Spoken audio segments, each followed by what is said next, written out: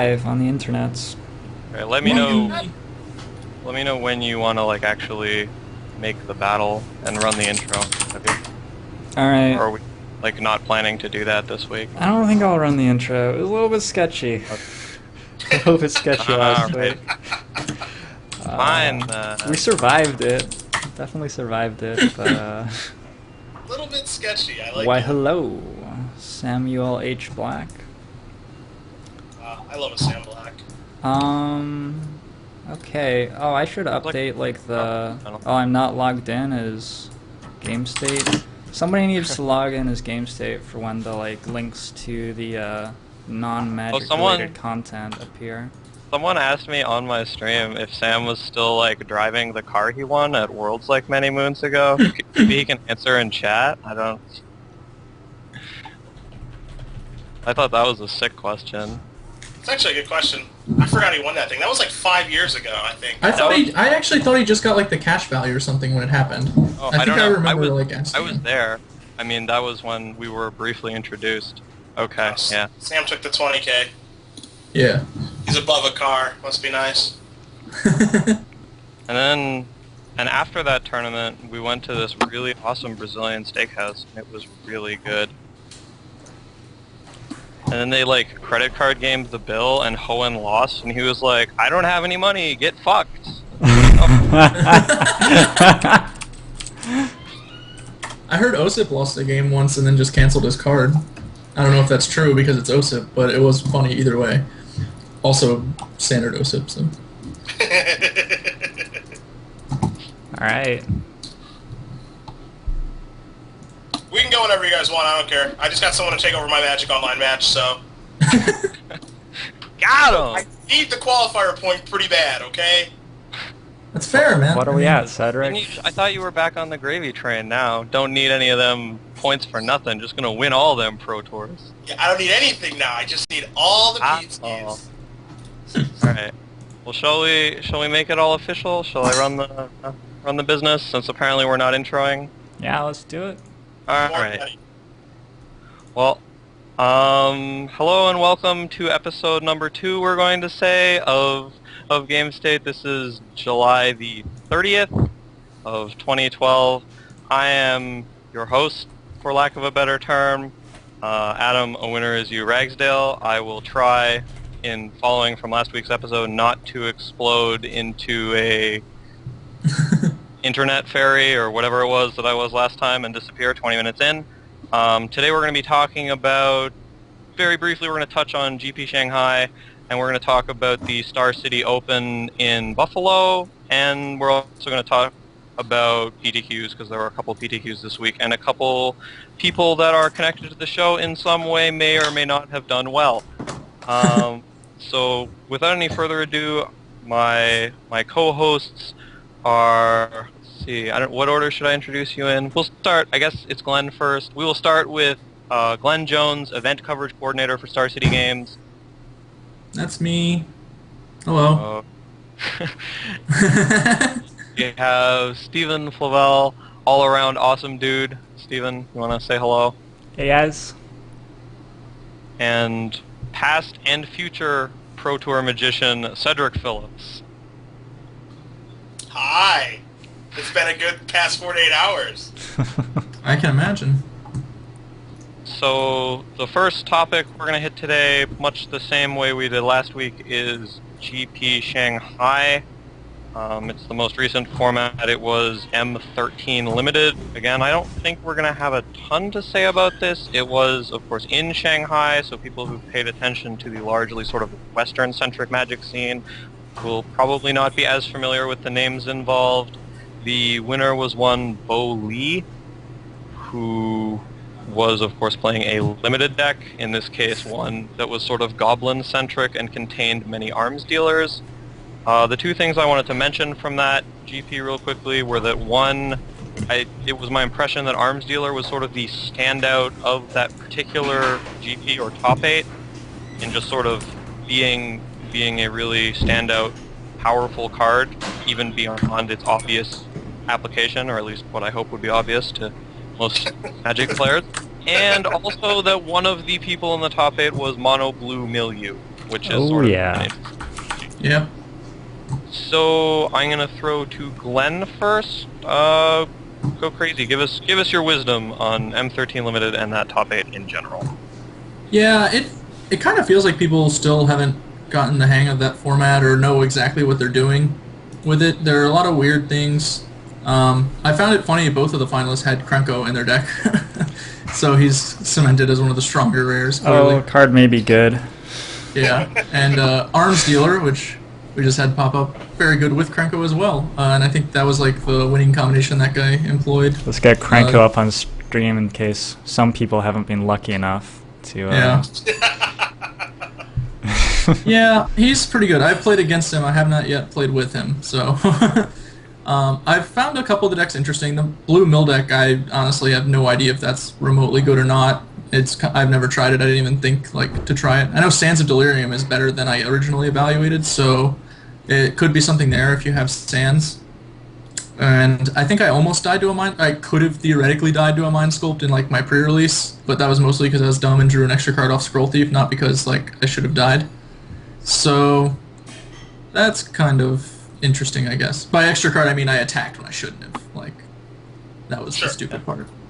And other than that, Kite Sail was a card I didn't think seemed especially playable, but I like it a lot more now, especially because the ground battles seem to be all about the difference between 3 and 4 toughness most of the time, but in the air, the difference is between 2 and 3 toughness, so if you can send your mediocre ground 3/3s into the sky, they actually start dominating, especially with a Kite Sail, because they're usually 4/3s, so then even Vigilant Spider and Sarah Angel die when they block them, so I guess I've given Kite Sail a little more credit now. What was the Innistrad block card that was very similar? Does anyone have the name? Cobbled Wings? Yeah, and it looked just Wings. unplayable at the start and then just kept on getting better and better. Something about flying, man. Kite Sail strikes me as one of those cards that wouldn't be very good in a normal limited format, but is really powerful in core. That's my impression. I don't have a ton of experience with it, but I don't know, maybe it would be good in any format.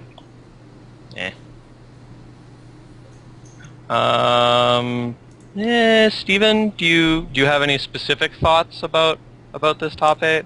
I was really interested in the mill archetype. That's very exciting to me because it's a core draft, core limited format. I don't know if it's playable in sealed. Probably not, huh? So I guess for a core draft format to have a viable, and I don't know how viable, but at least you can build a deck that looks like mill. That's pretty exciting to me. Core draft formats tend to be pretty dry, and grizzly bears hit each other, and there's not much else to it. So the idea that you can build a genuine control deck which has an alternate road to victory is very exciting. I'll be trying that out, I'm sure. Yeah. Other than that, limited. M13 looks really fun. I'm really looking forward to the release queues, which are going on Moto this week, I believe. Is that right? Yeah, the pre-release started Thursday. Yeah. Yeah, pre-releases are already up. So real events. That's going to be a lot of fun. Sed, you have anything to add? Yeah, I'm looking over the decks right now. That's why I'm really focused when you guys look at the screen. I mean, there are some interesting things here, to piggyback on the mill deck. Just looking at the mill cards that matter, in his deck, Vidalcan and Trancer and Mind Sculpt are both common, and then Archaeomancer is also common to return Mind Sculpt.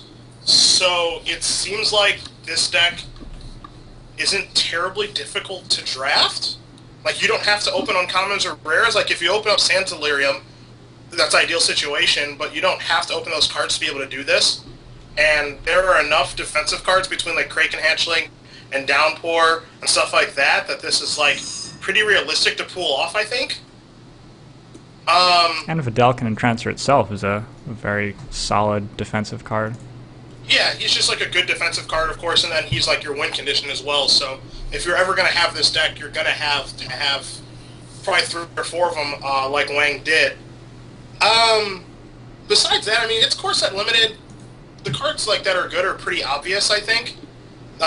From what I've heard, and I haven't got the chance to play very much of this format because I'm not willing to pay out a lot for like the pre-release stuff that Magic Online has, because it's like unreasonable to pay that much, I think. Yeah. I've heard from many people that like all of the rings are good. Mm-hmm.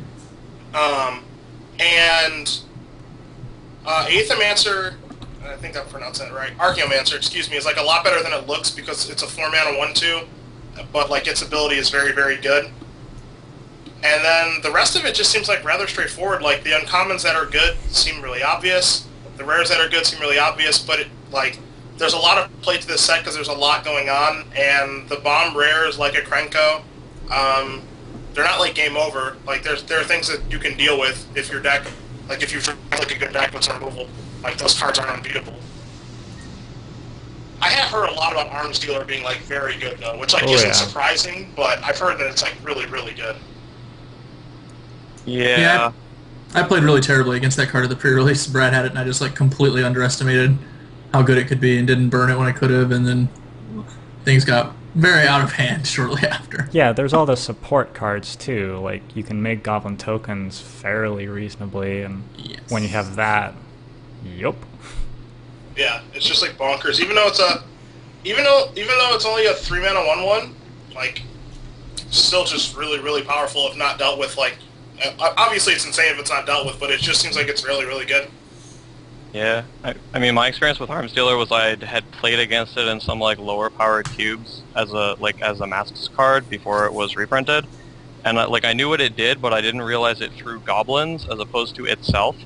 So like, it seems like it goes from being a very solid core, where like if it just threw itself, it would still be like very easily first pickable in core set limited probably a lot of the time, but in a format where like 2 mana make 2 goblin tokens is a common, like that seems like a card which will just end games. People can't kill it, so... Oh yeah, insta-death.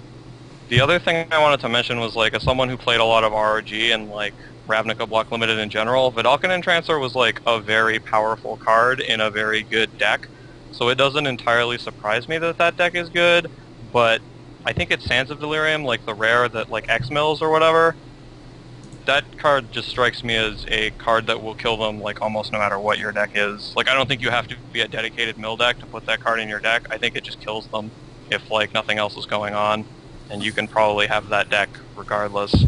Right. Of like the other thing I just wanted to touch on real quick before we moved on from GP Shanghai was like, how do you guys feel about being so in on the milling them plan that you have 2 Merfolk of the Pearl Trident in your deck? Like, I don't know what that was all about. I'm trying to imagine a situation where it's not just like, I only had 20 cards to put in my deck. Like, is that actually a good thing? Can we do that? What do you guys think? I think maybe he just valued having a chumper. Like, it's possible he was just short playables, but at the end of the day, you know, like, you have to stop them from damaging you a number of times, and on turn 1, you're not using your mana. So, unless you have a better one, like Kraken Hatchling or something. So, if you didn't get the critical mass you wanted, then I guess it's like a reasonable supplement, as loath as I am to admit it. But it's a sick combo with Switcheroo, which is It also like also the does coolest that. card name. Yeah, I guess it does combo with Switcheroo. It kind of hurts because we don't get to see a sideboard or any of the sideboards for these guys. Obviously. To see if they built their deck wrong or if he had other options. Like, did he just have like 2 cards he could splash that he opted not to? Because there's not anything in his deck from what I'm looking at besides Harbor Serpent, and I don't think he wants to be attacking with Harbor Serpent anyway. But there isn't anything in his deck that like forces you to want to play that many islands. Like, he has Water Courser too, but like, you don't need a ton of islands for that card to be that good. So 7 times. yeah, but like, so there has to be. I feel like there has to be like 2 red cards like in a sideboard that he's not playing, or we don't have to play Merfolk with the Pearl Trident. Because realistically, if you're switcherooing anything, like, you're probably doing okay. Like, Yeah, if you can definitely. you're probably pretty happy. So. Yeah, it's also worth mentioning that the guy is a quarterfinalist, not a semi-finalist, finalist, or GP winner. So that is definitely it's true easy as to well. get excited about the deck, but did not take home the biscuits this time. Yeah, that's definitely true. Alright, so I think that's all we have about GP Shanghai. I mean, I think that was pretty good for an M13 limited GP. I'm proud of it. Done a good job. I think they do pretty well. Yeah.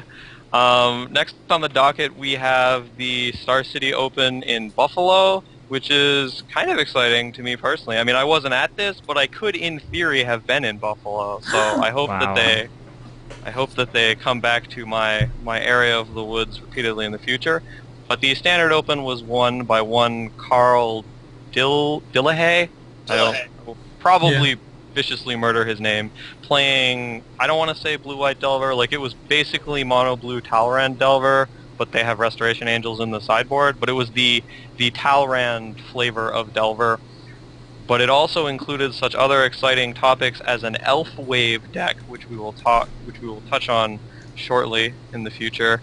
A green-white deck with a Johnny in the top 8.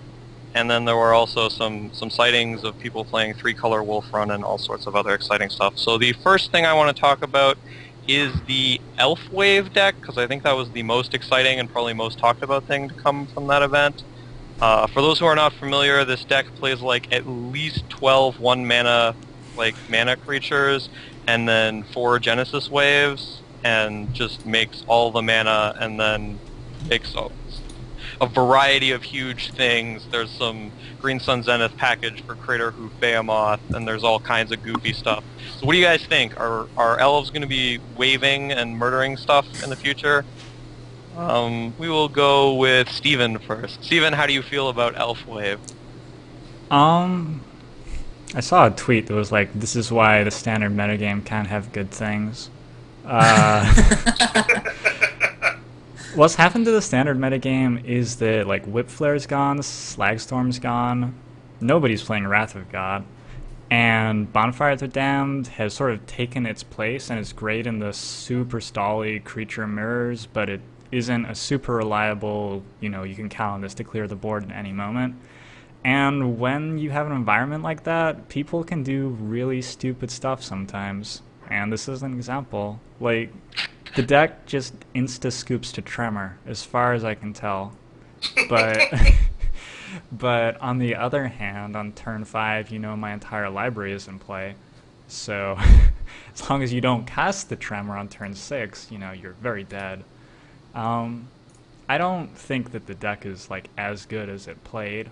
I definitely don't expect it to make the finals again next week, but it's a really fun deck, and it, like, really takes advantage of a blind spot in the metagame right now, so I like it. I like it a lot. It's also fun. There's something to be said about that. Sed, how do you feel? It's an interesting deck. Basically, Steven's points are pretty much where I was going to go as well. Because no one's playing, like, Whip Flare or Slagstorm, and everyone who's playing Mass Removal is reliant on Bonfire the Damned, what this deck basically does is that it forces you to have Bonfire the Damned at very specific points in the game, and if you don't have it, or, like, you have to miracle it, or you don't have enough mana, then you're just going to die the next turn. And I really, really like that about this deck. Like, if there were Day of Judgments running around, or Whip Flares or Slagstorms, this deck wouldn't be playable at all. But none of those cards are really very popular right now. I'm not sure if his build is optimal. I'm really a little surprised to not see any townships in his deck. Well, there's one in the board. Gotta get that in. Yeah, that's an ideal place for that. Did he board that in every matchup? Probably, I would expect. Like, there are the games where you just don't draw your big idiots, and then you need something to do, so you might as well have a couple townships. Like, I understand that he has Arbor Elf, and that doesn't combo with Township, but doesn't combo with, like, his Rage of Ridge Thicket or Sun Petal Grove either. This deck is just like a matter of circumstance, really. Like, the metagame where it's at right now, like, this was like a perfect tournament to, like, jump on the opportunity to play this kind of deck, and then, like, you get to smash everyone for the weekend, and now that people know that it exists, like, people are just going to be ready for it, like, the following weekends. So this guy just jumped on the opportunity to play a deck like this, like, smash the tournament, and then, just kind of move on with his life. I think the deck is very, very niche-y. It's powerful, obviously. Like, you can Genesis Wave for, like, 9 on turn 5, but I don't think, like, moving forward, I don't think it's going to be that powerful of a deck. I think people when people see a deck like this pop up, they don't want to lose to it, so they'll do whatever it takes not to lose to it moving forward. Which is not a whole lot, I don't think. Yeah, it doesn't take much to kind of knock this deck over. Right. Len, anything further? Yeah, actually, I played against a deck very similar to this one in my PTQ, and I'd also been looking at it previously because Travis Wu posted up a similar idea, not running Genesis Wave, Bellringer, or Resto Angel, like he had Palladium Mirror and stuff like that to just go for straight to Soul and Craterhoof Behemoth. But then another deck, the Genesis Wave Fervor version, that I'd seen pop around the internet, some John Cuvalier, who Cedric knows, and I don't know if you guys know, he actually sent me a version of the Fervor Wave deck that he was liking. So that was interesting. And this deck kind of melds the elements that are powerful of both of those decks, I think. And I agree with Cedric that its strength against Bonfire is, weirdly enough, one of the reasons I think it's good. And it's much more vulnerable to like Gutshot Snag as a sequence than it is to Bonfire as a card. Because you're so far ahead of them when you're like turn 1 Elf, turn 2 Archdruid, like they're not going to Bonfire you before you've done something really stupid. And if you get another Archdruid in play, you know, that's like 2 more mana, or they have to Miracle, or like and it just gets so out of hand so fast. And Soul of the Harvest and Resto Angel combined also give you like significant post-Bonfire games. So it's really weird. I had not thought of Village Bellringer. That's like the one card that the deck has that kind of surprised me, and I can see it being pretty potent. Although if I had Village Bellringer, I think I would want more Azuris. Because, like, once you get, like, you wave or Zenith into an Azuri, like, being able to untap your elves so that you can fuel your Azuri's regeneration ability against a Bonfire seems pretty strong to me. Or just to combo off with multiple overruns really fast. So that kind of surprised me, I guess, but yeah, I agree the deck should have Townships, too. Those seem like just an easy way to kill people. Like, I almost died to the guy, well, I died in one game just because I'm an idiot. And, like, Vapor Snagged the non-lethal. Like, I thought Craterhoof Behemoth gave the guys haste, too, for some reason. So, like, I Vapor Snagged wrong and then blocked to, like, die in a really bizarre position. I'm sure my opponent was very confused. But the games felt easy once I actually knew the text of the card. So, I think that's just the place it's at. And oddly enough, I spent most of the weekend trying to figure out how to play Whip Flare. So, the fact that I decided not to in the end is kind of a testament to the position of this deck in the metagame right now, I think. Yeah. Yeah, I think that, yeah, like, the deck is extraordinarily powerful, and it does a very powerful thing if you leave it alone, but it's not very hard to not leave it alone. Also, like, the one card that I personally, looking at the deck list, was like, is this really right, was, in fact, Village Bellringer. I made the horrible mistake of accidentally reading the Twitch chat of the Star City Games, like, live stream when he was playing, and some dude was like, he broke it, Village Bellringer is the best card ever with mana creatures, and, like, I don't know, it just seems like if you have enough mana for Village Bellringer to be good, couldn't you just have, like, another business spell and kill them? I don't know, maybe I'm wrong there. Do you guys think Village Bellringer is, like, the technology this deck needs, or, like, am I off base here? I think it's fine. Like, I don't think that, like, it dramatically, like, improves or changes a lot of the deck. Like, it's good with Genesis Wave so that you get to, like, free roll again, that sort of thing, which is basically what Fervor does in the red version. I think, like, if you're going to play white in your deck, because, like, you can either be green-red or green-white, like, basically you have to evaluate, like, which cards are more powerful when you have all of this mana, like, in your Genesis Waving. Like, is it more powerful to have, like, white for Township and, like, Restoration Angel? And I guess, like, he has Thalia's in the board, and then, like, no other white cards as I look through his deck list. So he's pretty much splashing white just for, like, Thalia, Bellringer, and, like, Resto Angel, and Resto Angel seems, like, pretty out of place. And he has Pilgrim, but, like, then you don't have to splash white, whatever. Or, like, do you think, like, with the way the deck is trying to be set up, you want to be red and have access to Fervor, so that when you wave, all you guys have haste, which is basically what Bellringer does, and then you have access to Bonfire of the Damned in the mirror with your all-mana deck. Like, I don't think that Bellringer is, like, a reason to, like, be playing this deck. Like, if that's your original question, like, is Village Bellringer, like, the reason to be playing white, I would just say no, it's not. Did you just, like, talk about the mirror technology? Yeah, I think that's going a little bit deep. But, I think, well, in green mirrors, yeah, like, it is important. Yeah, I understand. Yeah. I mean, I think Bonfire would be very good in this deck. I just don't know if the reason would be like, well, what if they have elves? Like, fucking... Kill them all. Anyway. Thank you. Anyway, let's hit on the other green-white deck real quick so we can just get all of that out of our system. There was another green-white deck in the Star City top 8 which was playing the new Ajani, which I understand in some circles is very exciting news. I don't think it's really a really super new and innovative deck concept. He was basically a deck that I would call Accelerated Horse, but just like a bunch of 1-drops and then your deck tops out at Hero Blade Hold. And things of that. You guys aren't familiar with my horse terminology? No, I'm not. I love when you call it horse so much. Yeah, that is the Accelerated Horse deck, the one that tops out at Hero Blade Hold and has mana elves and stuff. But he was green cards and then white cards and punching you and no cards that cost more than 4 mana. How do you guys feel about that thing? We'll go backwards. Glenn, what do you think? Green-white? Good? Bad? The things I like about the deck aren't like unique to what it's doing necessarily. I like having Thalia, I like having Cavern of Souls and Hero Blade Hold. I actually considered, after Jerry tweeted about Hero Blade Hold being better than Resto Angel, which I decided probably wasn't true, I considered just like jamming heroes into my Delver deck and trying it for the weekend, because hey, why not, you know? But the fact that I was running Cavern was like why that was appealing, so backing Thalia with that setup can make it so impossible for people to come back from behind. But in the end, my big concern with the deck is like, you're a green-white beatdown deck, but there's already like several decks that do a lot of the things you do, but better. Like Restoration Angel is just way better in the Nyapod deck, and like, I don't know, I'm not keen to get into those fights. I really like a lot of the cards in the deck, but I don't like them in this deck, if that makes any sense. Like, you're not the best Ranker deck, you're not the best Thalia deck, you're not the best Resto Angel deck, like, what are you the best at? Like, nothing, you're just, like, reasonably good at all of these different things. And the exciting card to me was Ajani, just because like we haven't seen him really yet, and he does seem like maybe he's the difference maker.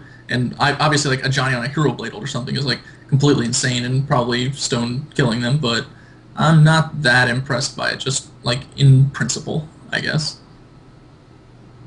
Sad? Horses, hoof you. Yeah. That is. Yeah, classic hoofing. So I pretty much I agree with Glenn. I mean, obviously the goal of the show is not to agree with each other the entire time. It's interesting, like Hero of Blade Hold is really underplayed right now for how powerful it is. So being really able to play Cavern with Hero is like a big deal. The thing that like strikes me the most about this deck that I like is like it's like the best Gaffney Township deck probably. And that's like another card that's like super underplayed. The thing that worries me about this deck, and like I can definitely see how someone could just like win like top 8 a tournament with this deck. Like it's very, very aggressive. You know, if your opponent mulligans or is on the back foot or like keeps a shitty 7, you can just knock them over really fast. It's a pretty unforgiving deck. Kind of the same reason that Zombies is pretty good. One of the things that kind of scares me about this deck is like you are really, I feel like, stretching your mana between like Strangleroot Guy, Silverblade Paladin, Hero, like Ranker, Ajani, like and then like you have Cavern too, and like Cavern can't cast some of the spells. Like I feel like you're like really stretching it. So like if you do get gunshotted or like Tragic Slipped or Mortipotted, there's gonna be some games where you just can't cast your spells in your 2-color deck, which is like pretty scary. But I mean, I think there are like some positives here. But I really like, Glenn, your point like most of all is like you're not the best Restoration Angel deck, you're not the best Ranker deck, you're not the best of anything, you're just like a combination of like good cards, which can definitely win you matches, but like I don't think that's what you want to build your deck. You might be the best Hero Blade Hold deck because no one else is playing Hero Blade Hold. Like, you're almost running unopposed in that riding. Yeah. Yeah, I mean, you like might be the best Hero deck, but then again, like if like some maniacs play, like isn't Hero better in like Red-White Humans because you have Lightning Maulers in this deck? Yeah, probably. Yeah, Rats! I don't even know if you're the best Hero deck. So, Steven, how do you feel about Green-White with Ajani? My feeling is that it's just an aggro deck, and I don't like that. That doesn't sit right with me. There are aggro decks you can play in this format which do more things. There's an aggro deck with really good reach in Zombies, I would say. There's an aggro deck which has awesome disruption in Delver, and there's an aggro deck with amazing like mid to late game in the pod decks. they may even be so mid to late game that you wouldn't call it an aggro deck, but it has a lot of the same sorts of cards in it and the same sorts of game plans. This deck just, like, you get your opening 7 and you got to be looking at it and thinking, well, I hope these 7 will do it for me, because you're not getting much more help. There's nothing in the way of cantrips. Like, we don't have burn. We're having to play dismember as spot removal because we're green-white. Overall, it's just an aggro deck, and sometimes you're gonna get the draw and you're gonna win. It's really a. I think you have to know how to mulligan well to do well with this deck, most likely, and even then, you're pretty much, like, you're hampering your options. One thing that I do really like about this deck is the Hero of Bladehold plus Restoration Angel interaction. Adam and I were talking about this earlier this week, about how Restoration Angel really sucks against itself. If you cast Restoration Angel and your opponent also has them, you both have 3/4 flyers, and it's like, oh, we stare at each other. And in that situation, if you have no late game whatsoever, as I would say this deck does, you're in trouble. But this deck manages to break that with Hero of Bladehold and Rancor, so I do like that part of the deck. Yeah. Okay. I would say that my favorite part of this deck was that it got paired against elves in round 1 of the top 8, and I think it was like less than 5% to win that matchup. Yeah. Like, it's hard for me to think of a matchup off the top of my head in Standard that was worse than that matchup. I think elves got it like at least 95% of the time. Anyway, the rest, I don't think we have anything more specifically about the top 8. The rest of the top 8 was pretty standard. There were some Delver decks. Oh, I guess, like, quick shout out to William Nielsen, who's, like, a friend of mine, and good for him for top-8ing with, I believe, the exact 75 cards that Jarvis was playing. But the rest of the top 8 was pretty standard. We had some pod decks, we had some Delver decks, we had some non-Delver decks, and we also had some Wolf Run decks at the tournament, which is kind of new. We haven't been seeing much of that, but some of these Wolf Run decks had exciting third colors in them. You may have heard some on the coverage about luminaries such as Reed Duke and Gerald Fabiano playing with Wolf Run with blue in it. So that's a deck that's been around for a little bit. I know it was on the Wizards site after, I think, Josh Ravitz won a PTQ with it a while back. Yeah. So how do you guys feel about Wolf Run with blue in it? Ced, you get to go first on this. You are our resident Wolf Run expert. I was your resident Wolf Run expert. I'm not as much anymore. It's been a little while since I've played it. I like how they've cut back on Frost Titan a little bit. They're only playing 2 now, and I like their bullets that they have for Green Sun Zenith in Master of the Wild Hunt, or excuse me, Hunt Master of the Fells and Thragtusk. I actually like how their deck is fleshed out, to be honest with you. Most times when playing Wolf Run, I've never really been a big fan of Bonfire the Damned in the deck. This is the exception, and the only reason why is because they have Ponder in their deck, so they can kind of control it, and they can really set it up rather well to have it just be a complete blowout. I don't feel like they're getting too greedy with their mana and like overstretching because they have Farseek and Rampant Growth. So it's like realistic for their mana base to work and like not get shut out like through Sphere of the Suns, like someone grudging Sphere or just having to use Sphere a bunch. And I obviously like the use of Phantasmal Image as well because like it's one of the most powerful cards in the format. I think the deck is rather well designed. When I look at a ramp deck, I always wish that I saw Slackstorm or Whip Flare, and maybe some Whip Flares will make it in here because I don't think that this mana base really wants to support Slackstorm or try to do that. I think that's a little bit ambitious. But I kind of overall like what this deck is doing. As far as ramp, like I think it's a lot easier to be 3-color ramp and get away with it instead of just trying to be 2-color. The only thing that I don't like about this deck is the Inkmoth Nexus. The one lonely Inkmoth Nexus? Yeah, I mean, like, I understand that you play Primeval Titan, you're supposed to play an Inkmoth in a Wolf Run. It just seems so ambitious in this deck. Yeah. And I just don't think you have to try to beat people that way, like, this go-around. Like, to me, like, one of the problems with ramp is, like, you run out of gas quite a bit, so, like, if you play, like, one Wolf Run and one Desolate Lighthouse instead of the Inkmoth, like, primevaling for that and then making sure you don't run out of action and get rid of those like shitty Farseeks and stuff actually seems like it could be like pretty good. But that's about it. I mean, the guys who built this deck, like Reed Duke, Gerard Fabiano, those guys are obviously very competent players. I think if I was to make any switch, I would want to try a Loot House over an Inkmoth Nexus, because I just don't think you're ever going to actually kill anyone with the Nexus. Sure. They totally did so many times. Okay, then I'm But wrong. it doesn't seem like they should, right?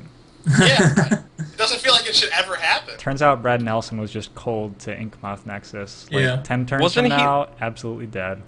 Wasn't he like trading things for goats though? Like I don't know if you can really just be like, well, I beat all these goats, so best deck 2012. Like That's fair. I mean, I don't think it is the best deck 2012 or like 1992 really. So it's probably pretty good if you're. Well, I guess they're like playing Moxes and stuff. Anyway, Glenn, do you have things to add? Yeah, I agree the Nexus seems reasonably far-fetched in the deck, especially because, like, you're not running a lot of targets for them to hit with their gut shots or whatever they're using to kill smaller guys, and, like, that's just a magnet for the cards that were just sitting dead in their hand, like, all game long, you know? They're like, oh, yeah, perfect! I was worried this gut shot would go unused. But other than that, I like a lot of the deck's capabilities. I agree Farseek's like a big difference maker for it. I don't like Cedric doesn't like Bonfire and Ramp decks, and I still don't like it in this one. The biggest problem I have with Bonfire is like it's very powerful, but it's only at like the peak of its power when you're being really proactive.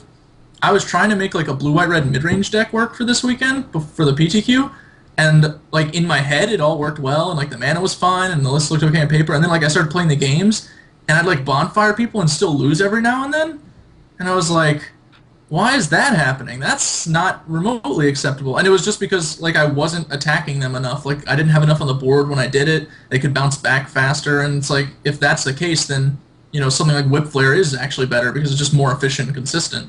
So yeah, I'm still not a fan of the Bonfires in here. Although it is a very powerful card, but like if you Bonfire after a Titan, sure they're dead, but like they're dead. Like you have the Titan, you're attacking with it. Like a Whip Flare is probably just as good, and it could get you out of a lot of other spots earlier.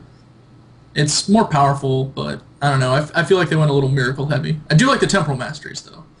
Those are in my wheelhouse. You're a mastery kind of man. Yeah. I really like the idea of being like Temporal Mastery with Primeval Titan because he by himself makes the Temporal Masteries you've drawn and couldn't miracle like live. As soon as you cast him, you can now cast Temporal Mastery, and attacking with a Primeval Titan twice is going to be good enough to kill, like, anybody. So, I like that. Sure. So that segues pretty well into the last general topic. Adam, I have so many negative things to say about this deck. Oh, did I not give you a chance? Not to, really. Like... Oh, okay, sorry. I have so many negative things to say, too. I'm so good glad you interrupted, because I just can't wait for you to get it all out. Alright. So, call me a traditionalist or whatever, but the goals for Ramp throughout my entire 10 years of Magic, and the problems for Ramp throughout my entire 10 years of Magic, just seem to be completely ignored by this deck. They're just like, they have these 60 cards and they're like, we're going to pretend we're not a Ramp deck. We don't care about that. So, Ramp is like, it's three parts. We have the lands, we have the acceleration, we have the giant threats. And this deck is like, we've got 40 cards towards that, and we have like 20 cards that don't really do much.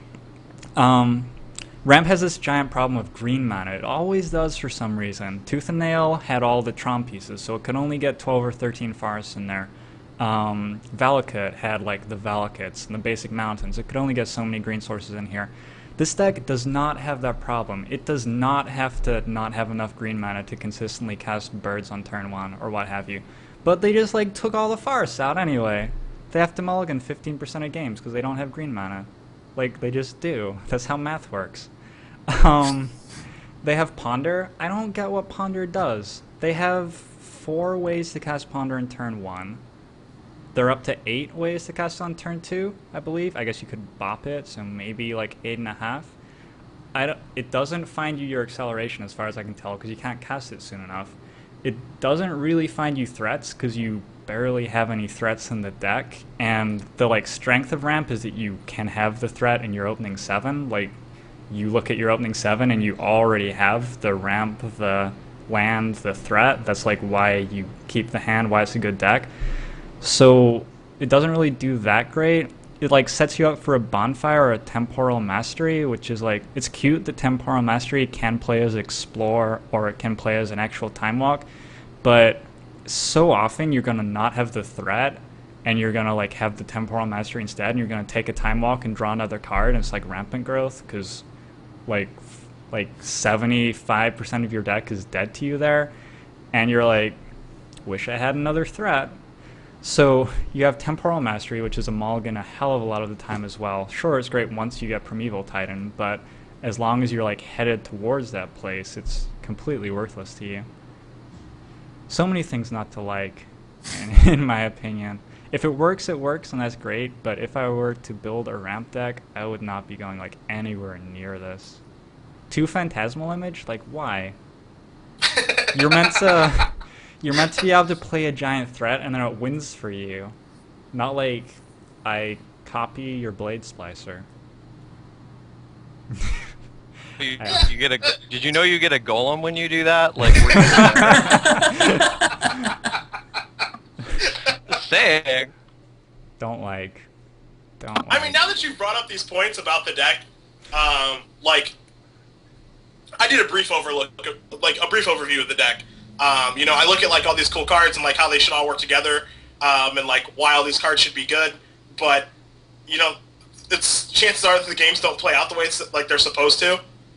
Like you said, it's like pretty unrealistic for you to be able to ponder on turn 1. So like if you're like have a hand that's kind of relying on ponder doing something, like you can't keep it because like it's difficult for you to cast.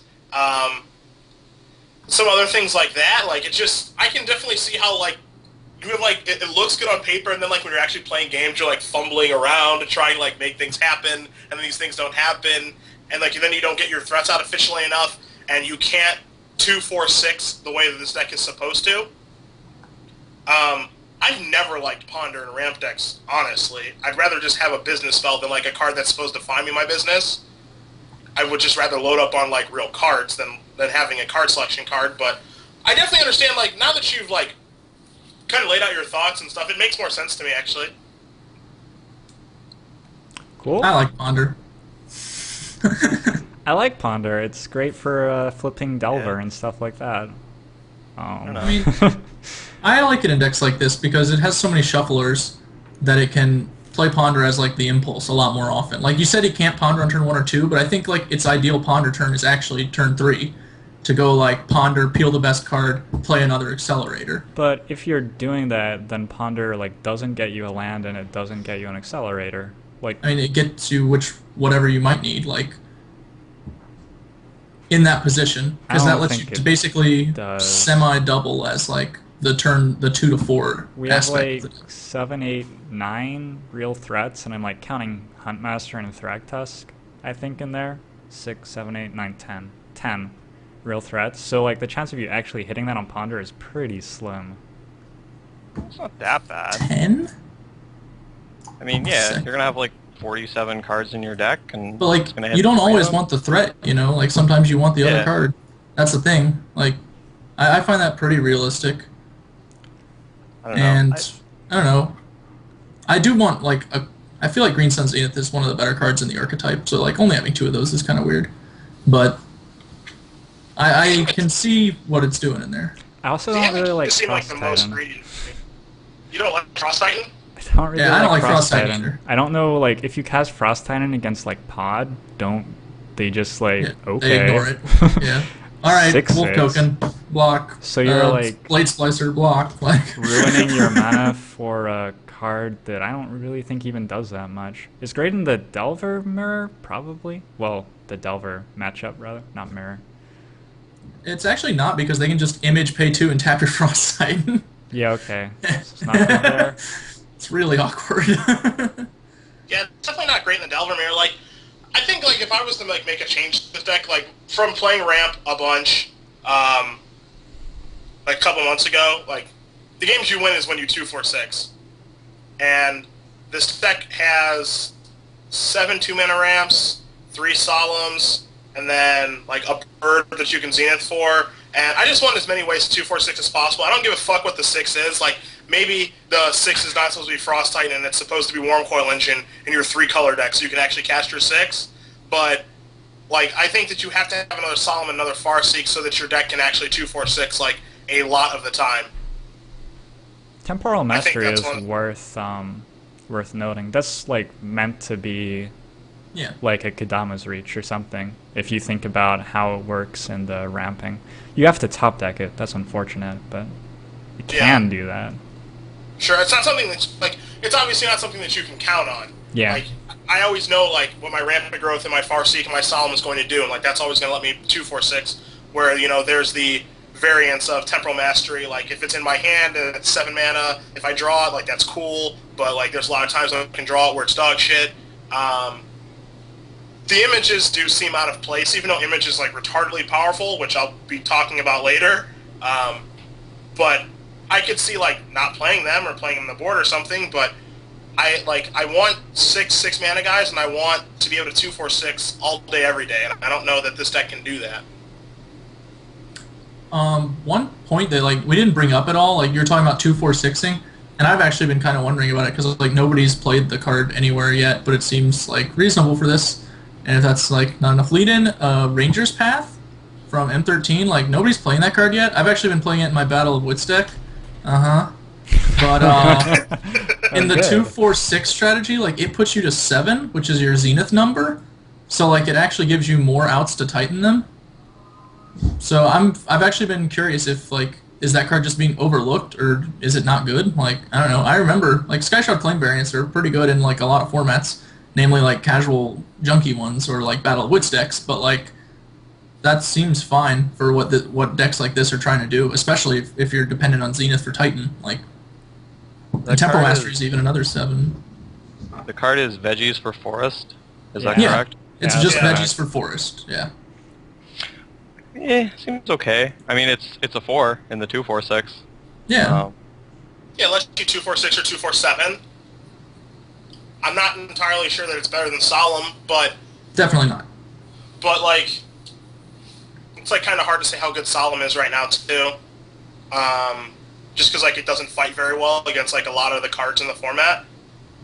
You know, like Blade Splicer, Angel, Delver, like any of the zombies. Like, they don't give a shit. Like, the zombies don't care if they die. Do not think zombies could care less. Yeah, zombies is like, yeah, run into you, Blood Artist. Yes, take damage. Woohoo! Like. Gotcha. Like, that's, like, part of the reason that, like, Stranger Geist is awful now too. Like, it just doesn't matter. That's kind of the, like, if we're gonna try to evolve and that sort of thing, because it is a new format, like, then there are no Sacred Cows in the format, and I could see, like, just playing like Veggies for Forest so that you can go from 2-4-6 or 2-4-7 like every game and just ignoring your opponent until you cast a Titan. That could definitely be a thing. That's not unreasonable. Alright, I've had as much blue ramp as I can take. Yeah, me too. I wanna move on. I did want to talk about Bonfire in the standard format because I think that it's sort of regarded as being a really big deal based on the coverage, and I know that I myself regard it as being a pretty big deal, especially when playing. Like, I'm trying to minimize the window I give my opponent to blow me out with Bonfire and kill me, which is a pretty big deal if you're playing like a Blade Splicer style of deck, because Blade Splicer really doesn't want to get Bonfired. But there was a lot of talk about it, but there weren't a lot of Bonfires in this top 8. There were exactly 3. 2 in one pod deck's main deck and 1 in the sideboard. So what do you guys think? Like, do you think Bonfire of the Damned is overblown in standard, or do you think it's, like, really absurd and just hasn't found the exact right home, or is this just like the week Bonfire didn't happen to show up? Glenn, you get to go first. Glenn, what do you think? Sure. I feel like it is mostly just the week that Bonfire didn't show up. It's still very good. Like, I'm actually mystified that Tauren won the Open, but, like, Bonfire is a very powerful card. It defeats a lot of the other better cards like Blade Splicer and Tauren, like these cards, Geist even. Like, it's a concern because, you know, now that you play, like, in Delver it used to be you play a Geist and you're just, like, clearing the way to jam him through over and over so that they die. But now you have to play him, clear the way to jam him through over and over, but also know that he's probably going to die anyway because they probably have a Bonfire somewhere. So, like, he's automatically on a clock even if you can keep the path clear, which was normally the only way he would really die. So I think it's still like one of the pillars of the format, so to speak. Like you want to build your deck with Bonfire in mind, like knowing how you can beat a top deck Bonfire. I was testing with my roommate for the PTQ and like discussing plays. You know, I'd bring up the point, well, like, what if I peeled the Bonfire? And he's like, I just refuse to play around that kind of situation. If you peel the Bonfire, I'm just gonna die. They I will don't care. never peel the Bonfire. But like that's not realistic. Like people are playing the card. Like you have to know what you're doing if that happens, and there are options. I mean, not all of them are good. Like I considered playing like a bullet outwit if the metagame looked like it warranted it, and like it didn't. There was a lot more of other decks than that. But Bonfire is definitely just one of the more powerful things to be doing, and it's a mirror breaker in all of the pod or whatever style decks. Like any deck with Birds of Paradise, it's like a huge mirror breaker. So I like it in that regard, and I think this was just a weekend where those decks weren't as popular or successful for whatever reason. Like, how do you go to outwit instead of redirect? Redirect seems so sweet on a Bonfire. Redirect's 2 mana, right? Yeah. That's how I do it. All right. It's actually funny you mention that, because like 1 mana counters are so much more powerful than 2 mana ones, because like people play around mana leak a lot, whereas like you can catch people with your steel sabotages and your outwits in situations where otherwise they just refuse to play their card out of like random fear. That makes sense. So I kind of like the 1 mana tricks for that, especially with Snapcaster Mage around and not having to have a 4th land. But That's true. Okay. Sad, I know you like a Bonfire. Bonfire us. I like a Bonfire more than most. That's true. I think it's kind of the week that we're dodged too. We're in like this interesting phase where people are trying decks and format's brand new, and there's so many cool things that you can be doing. That like maybe people are just like, I don't want to cast Bonfire this weekend. I want to do something else, and like that's kind of what I did for my PTQ or whatever. I just didn't feel like playing red anymore for a week. I still think it's like one of the best cards. Like it can't not be one of the best cards, right? Like it's just too powerful, and no one plays. Like there's so many decks. Like if you like walking into a PTQ, like and you talk to your friends, and you're like, what are you worried about this weekend? Like what can't your deck beat? And they're just like, I probably can't beat Miracle Bonfire, but like whatever, who gives a shit? Like that's reason enough to play like 4 copies of that card in your deck. Because like going in the PTQ for me, I was like, if I get Miracled, I'm fucking dead. That's fine. And I think there should be like. I think it should be seeing a lot more play. Like, I think that there should be 4 of those in like every Nyapod deck, probably in the main deck, because it's that powerful of a card. I think that there should be like 4 of them in like whatever red-green deck people are playing. Like the trap that people fall into, I think is like there are 2 traps really. Like the first trap is that Glenn brought up is like you bonfire someone in like your non-aggressive deck, so like you like clear their board and you're just like go. And then they're like, okay, I'll play 2 more threats. And they're like, fuck! I'm in the same spot I was just in! Or whatever. So, like, I think that that's one of the problems. And the other thing is, like, people are trying to play Bonfires in these decks where they, like, can't take advantage of, like, hardcasting it. And a deck like that is, like, Blue-Red Delver. Like, yes, you have Ponders. Like, I get that. Like, you can set it up. But, like, your deck isn't, like, really built to hardcast a Bonfire. Like, casting it for 2 when you're playing 19 lands, like, you just gonna go pondering for land so you can cast your Bonfire? Because like that's pretty embarrassing. Like I know you can flip it from Delver and then like Miracle the Bonfire them, and that's great. And I live in Christmas Land too sometimes. But like the card is meant to be played side by side with like mana accelerants, like birds, like elves, like Borderland Rangers, so that like when you do just have to hardcast it for 2, not only is it reasonable to do so, but like you can do it like ahead of schedule, and it just feels like a normal thing that you're doing. Like that's why I used to play the red-green deck so much, is because like if I Miracled Bonfire, it's fucking awesome. But like if I drew like one of my opening hand, I was like, great, like I can set this up. It's not like something that I'm gonna like agonize over casting. It's just very realistic for me to do. So, I mean, long story short, I think that it's going to see more play. And this is kind of the week where like people dodged. And like when you're playing like a deck like Nyapod and you're trying to build your deck, like you should have 4 Bonfires throughout your 75. Like I think that like most of them should be in your main deck and not in your sideboard, because like you're just going to be boarding them in every match, and there's very few decks where Bonfire is bad. But there'll be more. There'll definitely be more. It's too good for them not to be. Steven, can you play us off in Standard? Yeah, I don't know. I don't know. If you think about the cards you actually draw in a game of Magic, which seems like an obvious thing to talk about when you talk about a miracle mechanic, but I haven't really heard people do it. You get 7 in your opening hand. You get an 8th and 9th card before you can actually realistically cast Bonfire to do anything. Your 10th card, like maybe Bonfire does some stuff there on turn 3, especially if you're ramping, but definitely in a deck like Delver, it's a pretty unexciting spot to have a Bonfire. So realistically, you're looking at like turn 4, 5, and 6 only, because the game's over by turn 6 in Standard a hell of a lot of the time.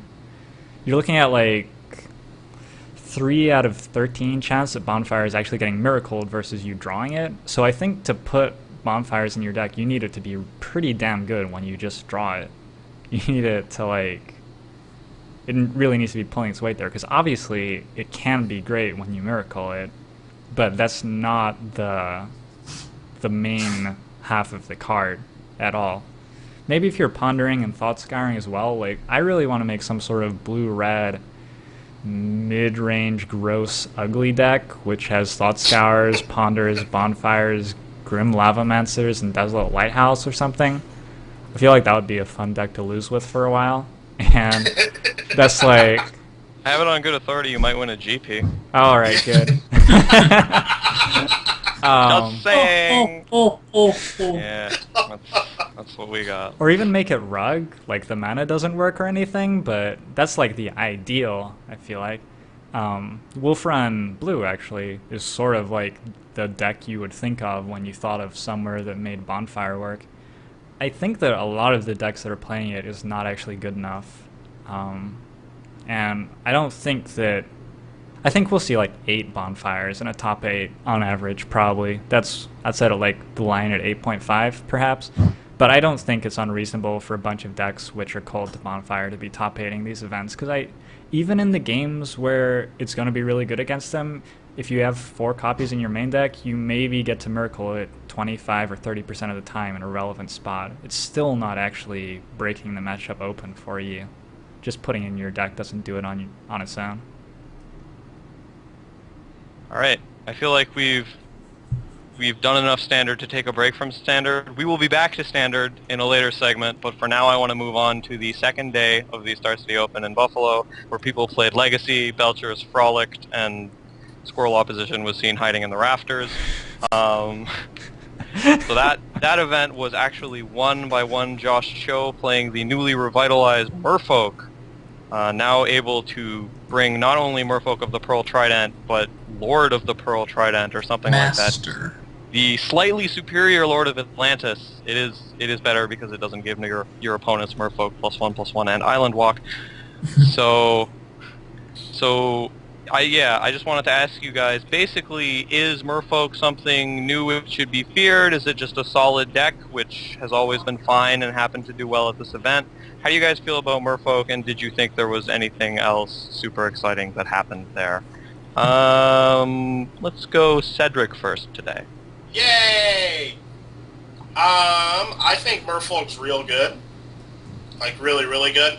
I think the new Lord is like a pretty big deal. It's hard to say how you're going to build your deck now with the new Lord, because you can cut Regery if you want to, and then if you cut Regery, then your Vials are just going to stay at 2, which is, I think, where they want to be most of the game anyway. If you opt not to cut those, like, then you're going to have to chop down on some of the Coral Hounds, and then, you know, mix some things up, maybe only play 3 Curse Catchers, what have you. But I think that one of the things that makes Merfolk, like, really, really good right now is that it has a really good rug matchup, like, really, really good. Part of the reason that matchup is so good is because you get to play Submerge and they don't, and that's, like, a really big deal. Also, you know, if you're just able to assemble some Lords, you obviously have 8 Island Walking Lords now, so I think that with how dominant Rug was, like, this deck really preys on Rug. It doesn't have a terrible Maverick matchup just because your guys can get so big so quickly. And this is the kind of deck that it doesn't like smash combo, but it's like I'd say it's favorable. So it kind of keeps the decks like Gristlebrand and, you know, just any of the like Reanimator, Sneak and Show, like those decks. It's difficult for those decks to win. between like Curse Catcher, Spell Pierce, Force, Daze, and whatever disruption they have, and they have a fast clock, so they're not like dicking around like Esper Stoneblade does, and they can still just lose because like you're not doing anything. Like you have Lingering Souls, which is embarrassing. So like I think the deck's pretty good. Like it doesn't surprise me that it's doing very well right now at all. Like I thought it was good before they even released Master of the Pearl Trident because I thought Phantasmal Image was so good. But like now Master just gives you eight ways to island walk across like these blue decks. Whatever brainstorm deck you want to play against, you're just going to smash them now because you have 8 island walkers, and I just think the deck is really well positioned. I'm not surprised that it's doing this well at all right now. Alright, I was going to go to Steven second, but I really love watching your expressions while other people talk, and Glenn just like looked like you kicked his dog right in the middle of when you were like, you have to start cutting Coral Helm commanders, and he was like, you do what? I don't know if like you were doing something else, but anyway, I'm gonna go to Glenn next. Glenn, what do you think about merfolk? Well, actually, my roommate did like just kick my dog. No, yeah, I think that merfolk is pretty good. I agree with Cedric that like the better the blue decks are, the better merfolk gets basically, and its strength against Rug and Stoneblade, which it has historically it was pretty favored against Stoneforge Mystic until Batterskull came out, which like changed the math. But now you have a second Island Walking Lord, which changes the math again, so it's a lot easier to race down a Batterskull, especially with the help of Coral Helm Commander, who is very good at that. Yeah, I've seen a lot of merfolks attack past the Batterskulls now, so like that's a better matchup for them. Like in Matt Hoey, when he won St. Louis with playing Esper Stoneblade, like he was playing against like a budget merfolk deck in the semifinals. And that kid probably should have killed him. Like he could have made some different choices that would have certainly won one of the games where Hoey was actual dead on board. To Mishra's Factories and like not even Mutavaults. Like he can block them. Like and it still was enough because the master was just like getting him. But that's kind of where I'm at with that. I think Merfolk's really good against the blue decks, including the combo decks, especially Reanimator. Other combo decks it might have some trouble with, but Reanimator is especially pretty easy because you can walk on their islands, and their Gristlebrand can't gain life the turn it comes into play, basically. So you have an extra turn to kill them that you wouldn't normally have otherwise. And because of Vile, like, cards are drawing don't even matter. Like, they can't counter the relevant cards they're putting into play anyway. So their only resources are really to just, like, try and animate another big guy and barely defend themselves, which isn't going to work most of the time. I like the idea of flashing black. I'm really surprised that the blue lists have been doing so well. Mono blue has been like the top performing merfolk deck at the last 4 opens, I think, since the one in Seattle. I think it was 4. Maybe I'm misremembering. But yeah, like a kid won in Seattle playing mono blue merfolk, and since then it's been like mono blue. That's the deck that top 8s or top 16s, etc. But blue black is like pretty good. Like you get the parishes to help beat the Maverick, so. I like that. I don't know. I've been a little surprised. I like mono blue as well. I think the archetype as a whole like enjoys similar strengths regardless of whether you decide to go monocolored or 2 colors. And I don't think Wasteland is as high impact right now as it has been in like other legacy environments. So you don't even lose that much going for the Underground Seas, but the players are disagreeing with me, so I don't know. I must be dumb. That makes the most sense, to be totally honest. So. Yeah, I arrive at that conclusion a lot myself. I end up at the end of the "oh, I'm dumb" path. Steven, do you like fish? You a fish fan? Do I like fish?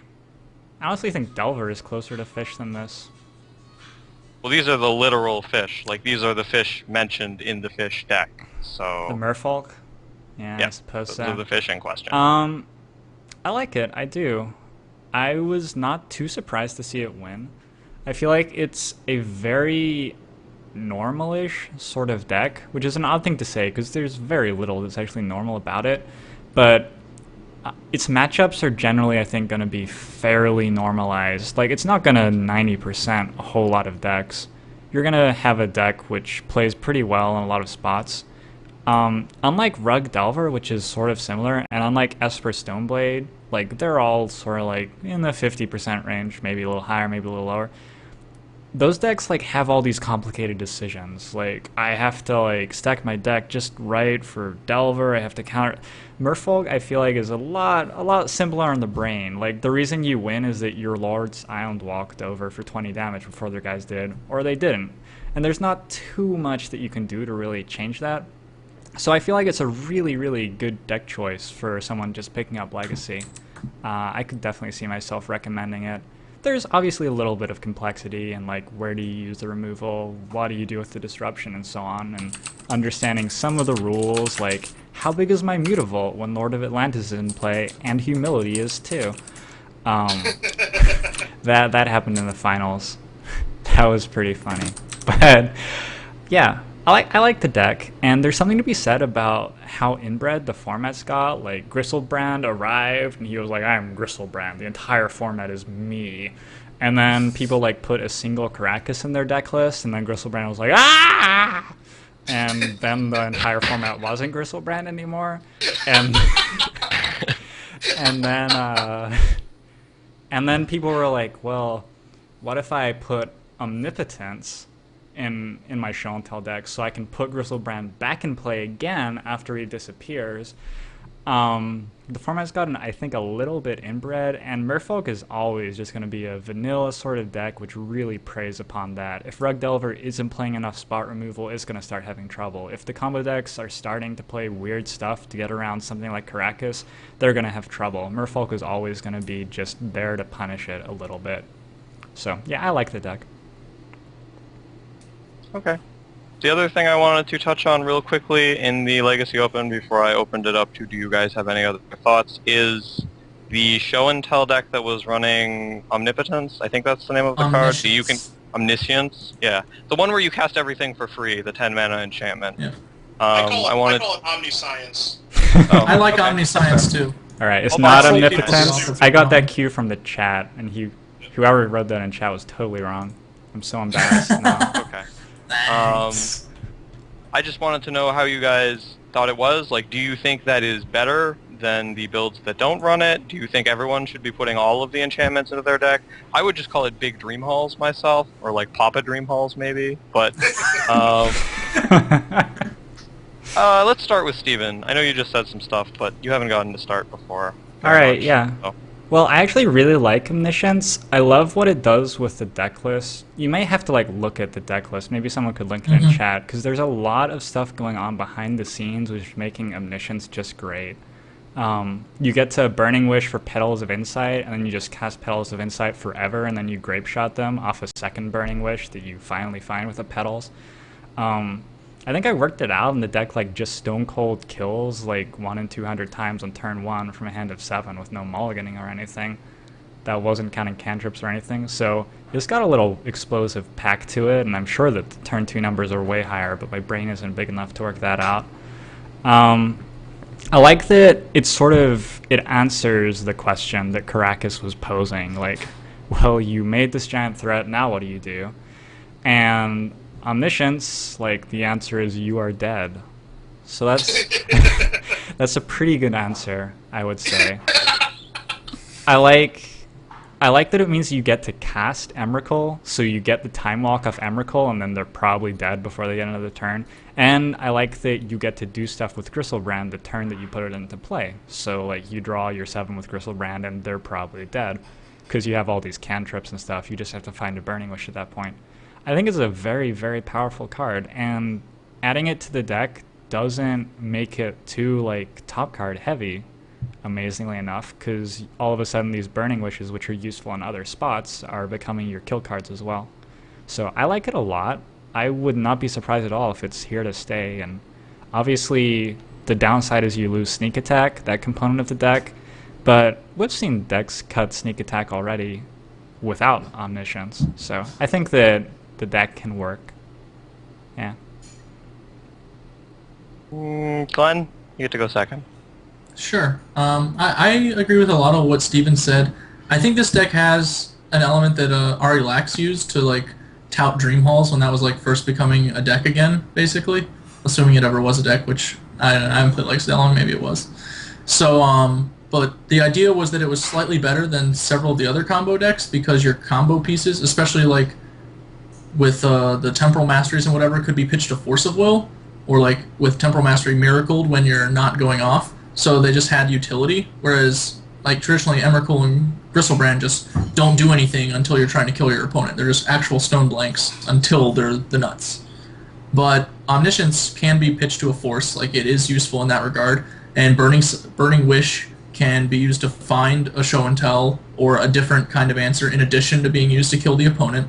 So it also has that utility. And to be honest, yeah, like Steven said, the deck list, like definitely, if you're not looking at the deck list as we're talking about it, like I would do that, because Omniscience I don't think is especially good in the format or like an especially worthwhile thing to do, but this deck list and the way it uses it is really cool, and I'm impressed by the design that went into like the Burning Wish Omniscience engine, basically. Like there might be something legitimately there. And you can't do the cute stuff anymore with wishes, right? Like you can't just chain a Burning Wish for a Burning Wish over and over or whatever, or Cunning Wish for Cunning Wish, whatever, to storm them out anymore. So you actually have to put some work into it. You have to find the Petals of Insight, or the Feeling of Dreads, and whatever. So I kind of like that element. Ted, anything to add about Omniscience? I love this deck list. I love it. So here's one of the things I love about Legacy, and we always make the joke of, you know, how Dude Man goes into his attic, grabs his, you know, Druid deck, comes on down, has the time of his life. He might win like 2 matches, but that's part of like the appeal of Legacy. One of the other appeals to Legacy is like when you go to a tournament, or let's say, when it's like Star City comes to town, like to Buffalo or wherever they come to, and it's very, and like that area has a Legacy scene, like Seattle does, like some of the other areas do.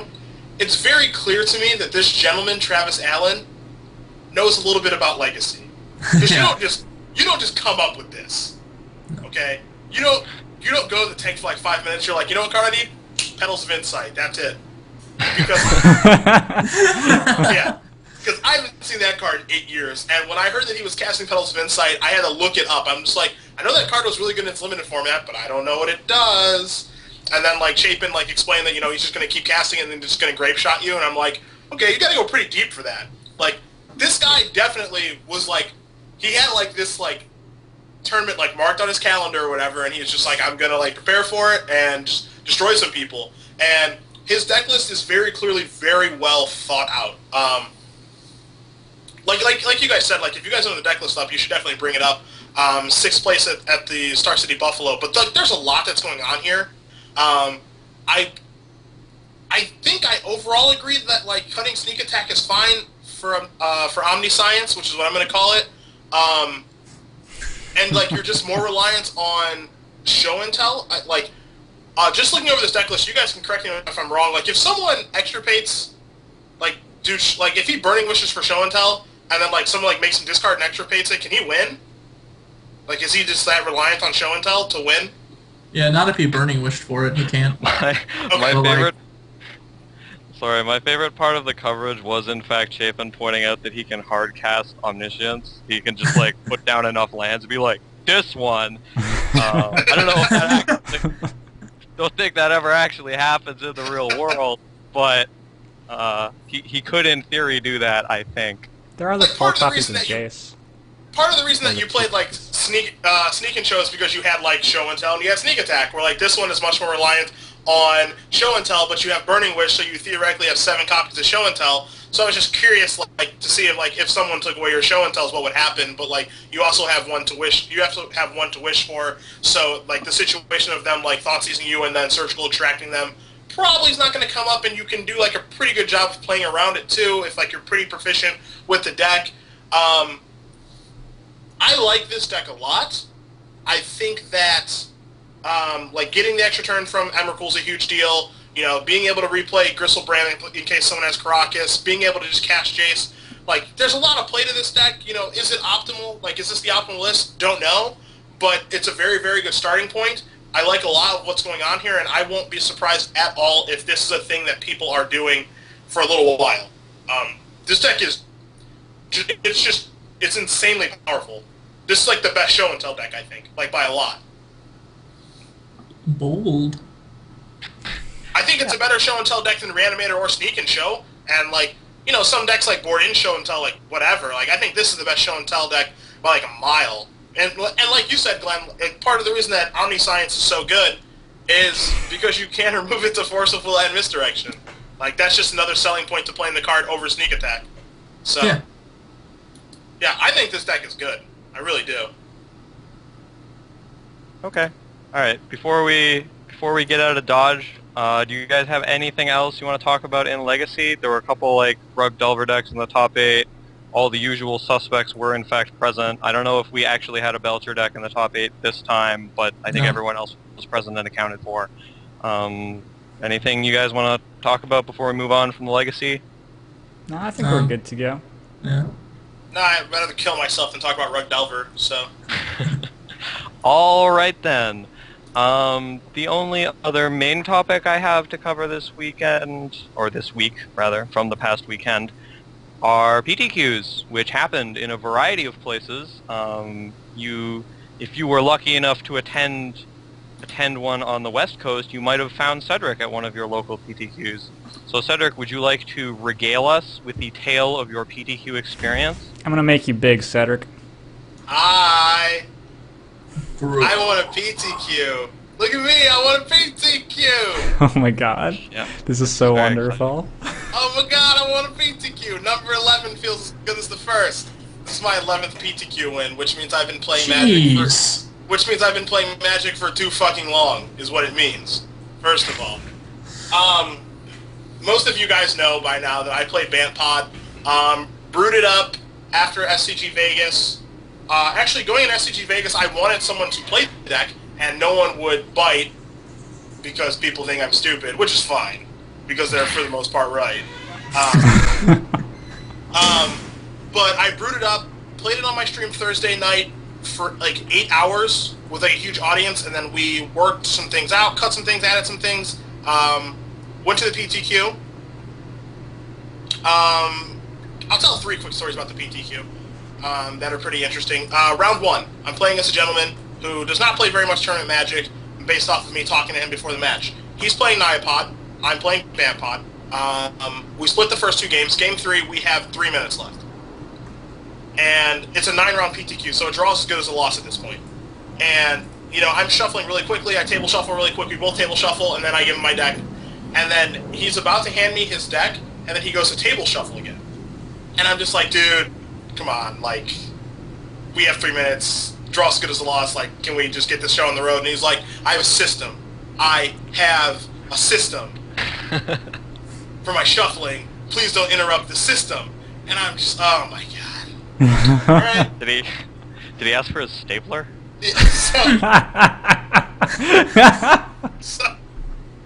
So he tables again. I draw my 7 cards, immediately keep, and he mulligans. I'm just like, no! No! God!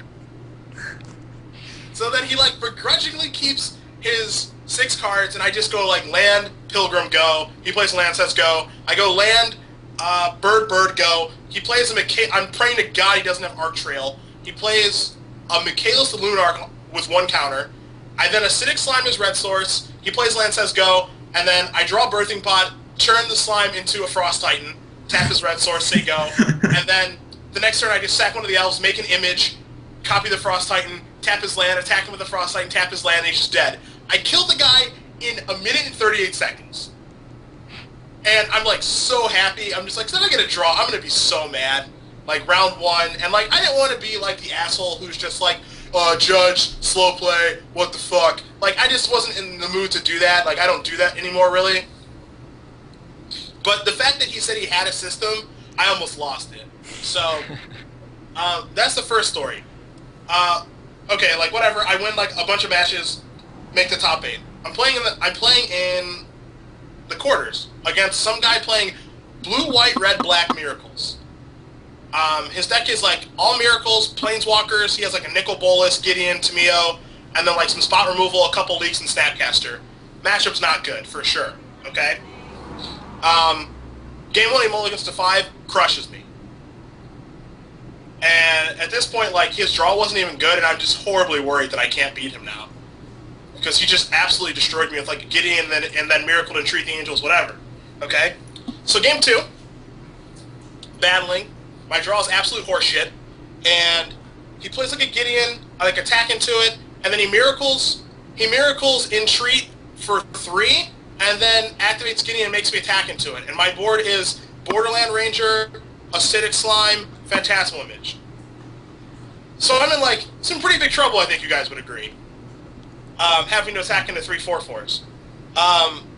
So on my turn, I draw a Birthing Pot, thank God. I Birthing Pot, stack the image, Acidic Slime, get Sun Titan, get back image with Sun Titan, copy Sun Titan, attack into his guys. He kills the Borderland Ranger, Gideon takes 2, says go. He attacks me for 12, puts me to 8, plays, activates Gideon, says go. I draw Bird of Paradise. And I'm trying to figure out what to do, like, for me to be able to win this game. And I, like, put my head in my... If you guys have ever seen me play in a live BTQ, this is how I think. So I'm sitting there for, like, 3 minutes, and the judge looks at me, and he's like, what are you doing? And I'm like, oh, I'm in the tank. I'm trying to figure out what to do. He's like, you got to do something. You can't sit there like that. You have to make some sort of play. And I'm like, oh, okay, fine. So I attack the Gideon. I kill the Gideon. I sack the slime to get Deadeye Navigator. I play the Bird of Paradise, and I partner up the Deadeye Navigator with the Phantasmal Image and say go. My hand is 3 lands. My mana available is blue, blue, blue, colorless, colorless, colorless. So I have 6 mana available. And this is where it gets good. So here's the thing about Deadeye Navigator. It's very complicated, and I'm very stupid. And so I don't know how the flickering works. I just know for sure that he has a removal spell in his hand, either Tameo or like Doomblade, and if he like tries to kill one of my birds, I can like flicker it enough so that I can still block both his guys and kill him. So I cast Deadeye Navigator, paired it with Image, and I'm like positive there's something I can do so I don't die to removal spell, but I don't know what the fuck it is. But I don't want him to figure out what it is so that he can figure out what to do. So he's thinking about his turn for like 2 minutes, and I just show him the 3 lands in my hand. And I say, fucking kill me already. And he goes, oh, I thought maybe you had a Restoration Angel. And he's like, oh, okay. Play Tameo, tap your bird, attack with my tokens. And then I go back to this.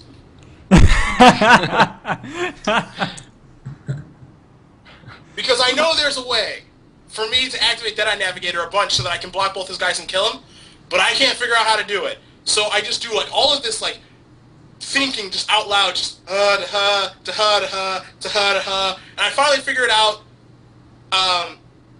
Like block both of his guys and kill him. And this is game 2, so I still have a 3rd game to play. But Steven, you play poker, so you know this guy's on monkey tilt now. After that, he is over the rails, and all he needs is a little push. Because while he's sideboarding, he's like looking at his sideboard and stuff. This is all he keeps saying underneath his breath. I can't believe I trusted you. I can't believe I trusted you. I cannot believe I trusted you. And he won't stop saying it, and I'm trying not to laugh. Because he's so mad. He was so mad that I let him into that.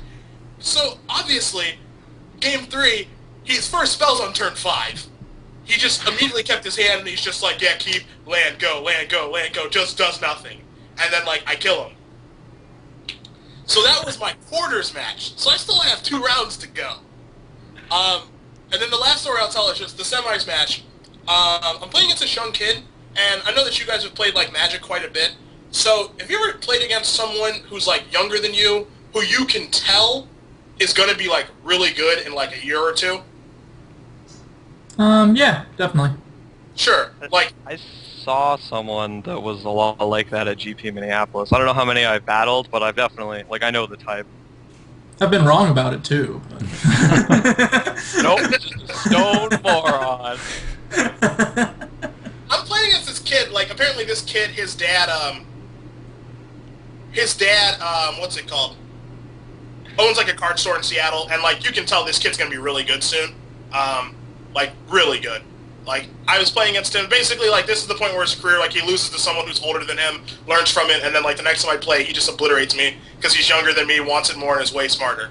But game 3, I'm playing against him, we have, like, this board is, like, pretty gummed up in his favor, and, like, I'm starting to lose, and I draw, like, something, I have a Thragtusk in play, I draw Metamorph.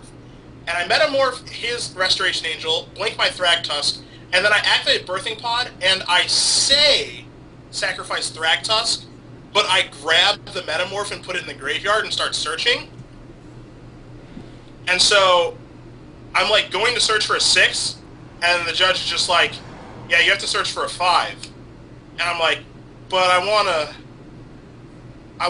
fucking search for a 6. And he's like, no, you have to search for a 5. And I'm like, shit. Alright. So I go searching through my deck for a 5, and then I just run across a Stinger Fling Spider, which is just perfect for the situation. It kills his Restoration Angel, it blocks all of his Golem tokens and his Phantasmal Image Restoration Angel, and then I'm just gonna copy it next turn to, like, kill his imaged one, and then just be able to start attacking. So, like, me wanting to search for a 6, which was going to be Sun Titan to get the image back, was just wrong. And searching out the other thing was just a million times better. And after I search it out and, like, I kill his guy, the kid kind of, he said nothing the entire match. He's just unfazed by all my tomfoolery and buffoonery. And he just takes, like, a deep breath, and I'm like, yeah, I'm stupid. I'm dumb. I'm sorry, man. Like, you'll beat me, like, next time we play for sure. But today is just my day. And then I ended up beating him and then winning the tournament. But it was a lot of fun. The deck is pretty good. I'm not going to talk about the deck that much on this particular show because I have my stream and I'm going to write an article for it, whatever. But I'm happy that I won because I really want to be back on the Pro Tour. Obviously, you guys would be happy too. And it was a good weekend. Some things definitely broke my way, but I was happy. All right. Well, congratulations to you for your PTQ win. But that was not the only PTQ that occurred this weekend. I know that Glenn Jones attended a PTQ. Do you have any tales from that PTQ, Glenn? I don't have a lot of sweet tales. I died, like, pretty fast. I tested a lot. I didn't test a lot before the tournament. 3 months ago, I thought I was playing, like, really good Magic, and I've not been able to play much Magic. So I wound up just kind of backpedaling, I guess, and I knew I was actively playing worse than I was a few months ago, which is always kind of a depressing place to be in. But there's only like one PTQ a season I even get a chance to play in because of work, so it's definitely going to be this weekend. And I knew I wanted to play Delver because I was most experienced with it. I looked around for some other decks. I tried to make like a blue-white-red mid-range deck work. It didn't. I tried to make like a blue-white-red Delver deck work. It kind of did, but like I wasn't all that interested in jamming it. And I just basically played Delver against Nyapod until I thought I'd found like a reasonable plan. I didn't really like the Go Big plan. I never have particularly liked it. It obviously worked well for some people, like Jarvis, with his Gideon Juras. You sound a little bit sour. No, yeah, not really. Real sour. Oh, well, that's just my natural tone of voice then. I'm not like remotely sour. I'm very happy for Jarvis. I just don't personally like the Go Bigger Delver decks. I always feel like the games turn into these weird grinds that I would rather just be killing them a lot of the time, especially because like my math, and personally I know the longer the game goes, like my weakness in developing a sequence against these decks I haven't played enough against is just going to like naturally manifest itself really fast. So I definitely just wanted to play like more aggressive games. I ran like 4 gut shots, 2 mutagenic growths, 3 mutagenic growths I think actually. It was very similar to Laddie's Moto PTQ winning deck list, with a few updates. I figured out, like, the night before the tournament, I wasn't happy with how I was sideboarding against zombies, because I didn't really like the idea of bringing in, like, just a ton of purges and, like, playing Doomblade your guy while trying to, like, jam a 1-1 or something. That doesn't sound good. And I already wanted to sideboard out Delver of Secrets, so I wanted to increase my threat count, and I realized Knight of Glory is actually, like, really good at that from M13, and nobody is playing that card right now, except for me, as near as I can tell, but it's been, like, pretty sweet. I didn't get to play it in the PTQ proper because I got paired against zombies and never drew it, but I sideboarded 4, and they were pretty good. in the Moto games I played, and I'm still playing them. I actually like them a lot. You can bring them in against like blue-black control, and it only dies to a few of their like key removal spells.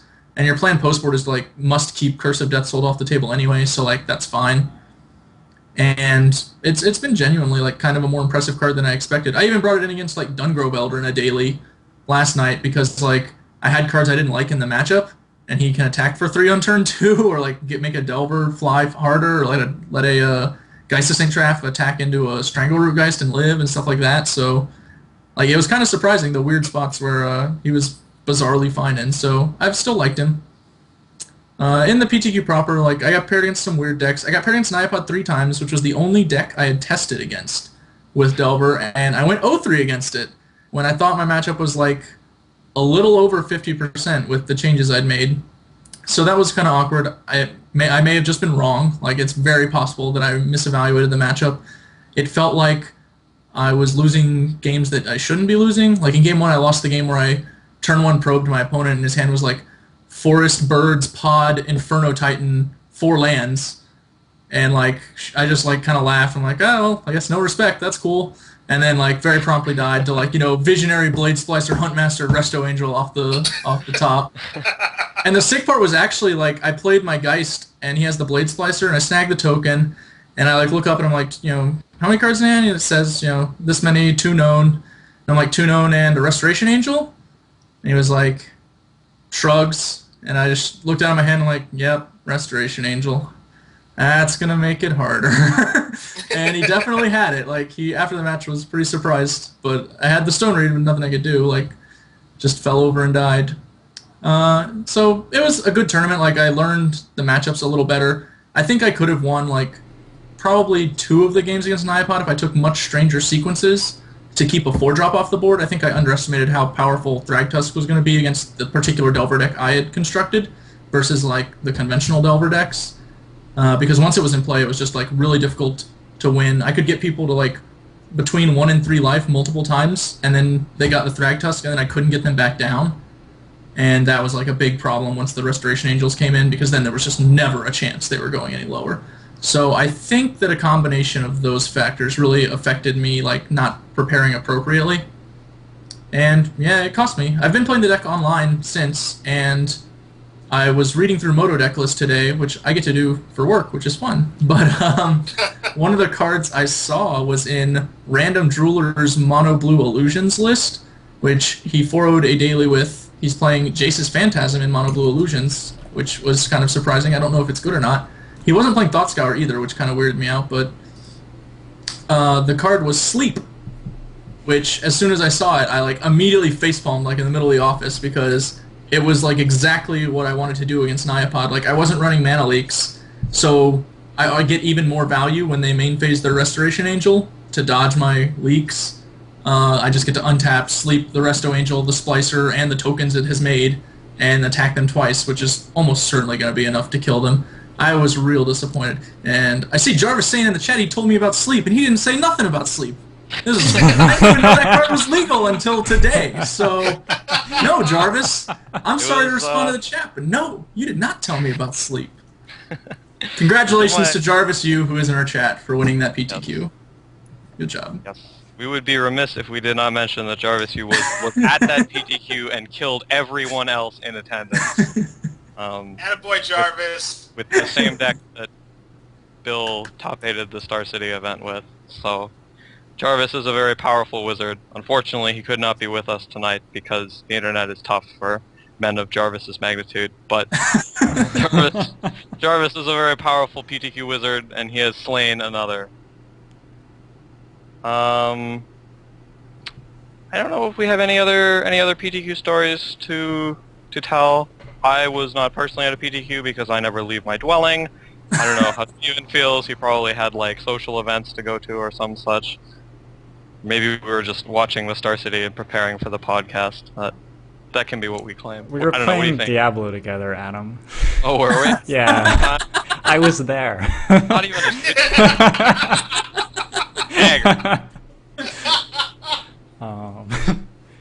Yeah, I mean, I had a good weekend, which didn't involve PTQs. Doesn't sound like a good weekend to me. Yeah. I don't know. It's fun. Grind on. Oh well, I mean, we're just goofing around. Like, I don't want to get too deep into that game, but Yeah. it has some issues. Realistically, I actually played like probably 30 matches with Rug Delver and Modern over the weekend, and I was like, there is no reason I'll ever talk about this deck again. Like, that's sort of sad, but it's a cool deck. If you want to know anything about Rug Delver and Modern, like hit me up on Twitter or something. Is it good? That's all I want. Sometimes. All right. It's weird. It's like not that great against the good decks, but nobody plays the good decks on Modern, and it's real good against the terrible decks, man. Like That makes sense, terrible decks actually. have no I can chance. get with that. Yeah. Yeah, seems like a very unforgiving deck against shitty decks. Yeah. Makes sense to me too, actually. So I think this is probably about time to wind it up. Do you guys have anything in particular you want to touch on before we go to, like, we can do personal last thoughts or shoutouts or something and shut it down? I have a question, actually, and we can even, like, kind of throw it to the audience if that's cool. Yeah. Yeah. I do want it. to know, what's the best color configuration for Standard Battle of Wits? I'm probably playing Battle of Wits in Standard for SCGDC as part of a challenge for Manhood and Pride amongst some magicians, and I'm trying to develop a list. But, you know, there's a lot of directions to go in. So, what do you guys think? What's the best color? I know that I know there was a list that Hetrick tweeted about, like, battle birthing pod, and I don't know if that's actually good, but it looks unbelievably fun. Like, I played a couple of matches with Cedric's Bant Pod deck, and, like, my favorite part about that is that when you have birthing pod in play, you just pod unbelievably fast. You're like, zoom, here it goes. Get a 2, get a 3, get a 4, get a 5, get a 5, or get a 6, and you just, like, fucking make a million Or if you're things. Cedric, get Yeah. a 5 again. Yeah, you should. Yeah, Get the other 5, eat it! And I think you would probably be able to do that because you could just put, like, you can put one of those stupid turtles that untaps your birthing pod in, and then you can clone it a bunch of times and, like, Restoration Angel it and stuff. So that's probably what I would do if I were birthing podding. I don't know if that's best, but it seems fun, and I think that's, like, at least 50% of why you would be playing Battle of Wits in the first place. Yeah. So, The list I actually started with was, like, Bug Pod, Ramp, Splashing Red for Wolf Run and Zealous Conscripts, and Splashing Elishnorn, because I was running, like, the full Rise from the Grave Unburial Rites package to go with, like, Alchemies and Armored Scabs and stuff. And it was, like, surprisingly good. Like, I won more matches than I lost. Obviously, I was just playing, like, in the tournament practice room and, like, jamming the deck for a little bit. And it was, like, going 60 to 70% or something. Like, it was pretty good. Mostly because of, like, Grave Titan, stupid stuff like that. Or just, like, Grave Titan, they kill you, like, alright, get it back, Grave Titan. Like, I probably won, like, 2 games with Battle. Like, I don't know. But Birthing Pod was, like, pretty good and, like, very playable. It made the deck, like, actually seem like a deck. And, I don't know, it was kind of interesting. I feel like Bug is probably the direction. I think Black is probably better than White. Not really sure about that, though. I have to say that I put together a 200 plus card deck before Battle was printed. Cause like Mirror Mad Phantasm plus Rune Chowner's Pike, come on. Come on! Oh man, that's so deep. I want to go swim in that tank. Oh. So it was terrible, 200 of course. like, how dead do you want to make them? Would it be like it has So dead. Minus 45. If we can't deal them 65 in a turn, we're not trying hard enough. That's what I read. no attack? Go. The problem I have with Battle, like, so I've heard, like, that, like, Battle Pod is, like, the best way to go about doing it. And that's great when you're playing in real life, or, excuse me, when you're playing online, but when you activate Birthing Pod in real life, you have to go through all those cards. What? No! I'm not doing that. I actually have a plan. I'm gonna, like, Sharpie on all of the sleeves, I think, on the front. Like, just, like, black streaks, if it's, like, a one-of. so that when I'm sorting through the deck, I can like find it faster. Fuck that, no. If you're going to do this, you are going to be punished the entire time that you do this. You need no. an entourage. That's what That you seems need. very reasonable. I don't mind that. You need helpers for shuffling. Yeah. I was actually my Borderland Ranger for a 4-drop, and here we go. No, dude, not doing that. Can That's we at awful. least get Mirror Phantasm plus a Knot of the Bone in the list so we can like Ooh. gain like 120 off the pod? I want to see that. Oh, that I was sounds legitimately considering wearing a wrist brace, and it's saying like I need judge assisted shuffling. Like I can't really. What are you playing? Oh, this deck. I mean, like, are they really gonna call me a liar? You know, like. Show up in a wheelchair so they'll carry it between rounds too. It's an SCG event, so like they know that they're people who know me, so like it's within my range. But I still don't know if they could accuse me of it. Yeah. Not reasonable. Well, I'm not going to do that to those wondering if I was going to fake an injury to play a Battle of Well, yeah, Wits deck. you've blown it now. I have blown my cover. But But I have 2 Battle of Wits follow-ups. The first one is, do you play in top loaders if you're playing Battle of Wits? Like you put the whole deck in top loaders? not me. No, sir. Because there was a Type 1 player back, or I guess vintage now, back when I regularly played live events in Toronto that just played with his whole deck in top loaders. Like he just played 60 top loaders at vintage events because he like had a vintage deck and wasn't taking his power out of top loaders, so fuck you. And so yeah, that's my first question. Do you sit with 250 top loaders? My second question is related to your first one. How many shuffling Sherpas would you need to bring to activate Battle of Wits? Like, how many would be the ideal number of Battle of Wits Sherpas, and what is the official name for them? Like when you play. I like Sherpa. I'm willing to get behind Sherpa. Okay. I think you can do it with one, to be honest. Like 2 of you at the same time is probably enough. Like, as long as I can like make game actions while he's like resolving the shuffles, that's an acceptable shortcut. I'm pretty sure. Okay.